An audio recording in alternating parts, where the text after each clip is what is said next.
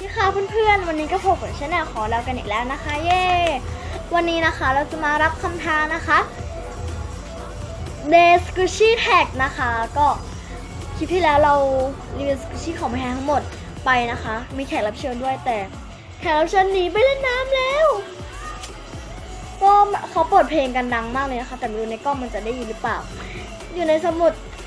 เล่มนี้เลยนะคะเราจดไว้นะเป็นพวกรับคำท้าต่างๆพวกคำท้าต่างๆอยู่ในนี้หมดเลยนะคะเราจดไว้เนาะก็วันนี้จะมารับคำท้า Day Squishy Tag นะคะเราจำไม่ได้ว่าใครท้าเรามาต้องขออภัยจริงๆนะคะเราจำไม่ได้จริงๆโอเคเราไปเริ่มดูกันเลยนะคะข้อที่1นะคะ Squishy ที่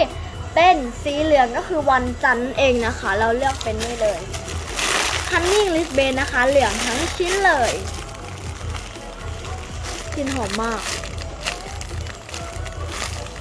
นะคะชอบกลิ่นด้วยข้อต่อไปนะคะสกูชี่ที่เป็นสีชมพูก็คือวันอังคารนั่นเองเนาะ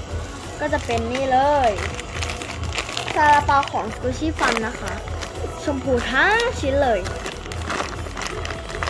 คือเสียงเพลงดังมากไม่รู้ในกล้องมันจะได้ยินหรือเปล่าถ้าได้ยินก็ต้องขออภัยนะคะข้อที่3นะคะสกูชี่ที่เป็นสีเขียวก็คือวันพุธนั่นเองแล้วก็ขอเลือกเป็นเมลอนบันนะคะอันนี้ยังไม่ได้ส่งให้พี่แคนเค้กเลยนะคะข้อต่อไปข้อที่ข้อที่เท่าไหร่ก็ไม่รู้ช่างมันนะคะสกูชี่เป็นสีแสดนะคะเราเลือกเป็นแองจี้โลมนะคะนี่นะตรงนี้เป็นสีแบบเป็นสีแสดนะคะตรงนี้ใช่มาคือสีแสดมันต้องใช่สีบ้าปัญญาอ่อนไปใหญ่แล้วเราหอมมากๆนะคะแล้วก็สโลว์ด้วยนี่นะแต่แบบช่างเถอะหอมมากโอเคนะคะต่อไปเป็นสกูชี่ที่เป็นสีฟ้านะคะแล้ววันศุกร์นั่นเองแล้วก็ขอเลือกเป็นแพนกวินของเลยนะคะของเลยสักอย่างนะแล้วที่เกียจเอาออกมาเราไว้ในกล่องต่อไปนะคะสกูชี่เป็นสีม่วงก็คือวันเสาร์นั่นเองแล้วก็เลือกเป็นนี่เลยมังคุดนะคะเป็นสีม่วงนะคะนี่นะคะกลิ่นหอมมากเป็นสีม่วงนะ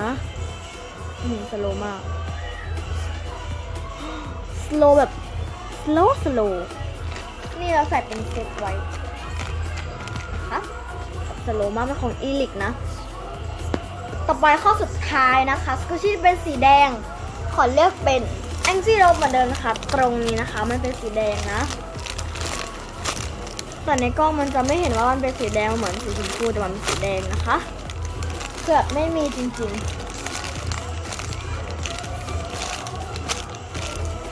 ค่ะคลิปนี้แล้วก็ขอลาไปก่อนนะคะบ๊ายบายลืมกดไลค์กดซับสไครป์และอย่าดิสไลค์กันนะคะบ๊ายบาย